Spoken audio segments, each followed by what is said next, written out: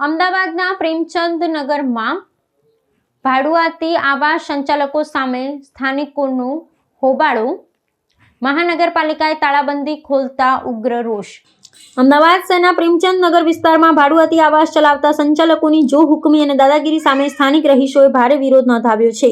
અમદાવાદ મહાનગરપાલિકા દ્વારા અગાઉ ગેરકાયદેસર રીતે ચાલતા 20 જેટલા ભાડુઆતી આવાસો પર તાળાબંધી કરવામાં આવી હતી, પરંતુ તાજેતરમાં આ આવાસો ફરીથી ખોલી આપતા સમગ્ર વિસ્તારમાં સ્થાનિકોનો આક્રોશ ચરમસીમાએ પહોંચ્યો છે।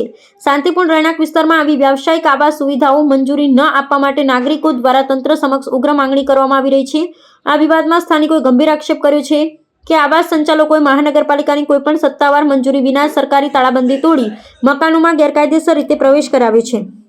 બીજી તરફ સંચાલકો એવો બચાવ કરી રહ્યા છે કે તેઓ તંત્રની પૂર્વ મંજૂરી મેળવ્યા બાદ જ આવાસોમાં પ્રવેશ કર્યો છે।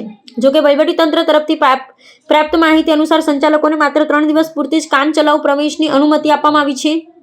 આ સામસામા દાવાઓ ને આક્ષેપોને પગલે સ્થાનિક પ્રશાસન ને રહીશો વચ્ચે ઘર્ષણની સ્થિતિ નિર્માણ પામી છે।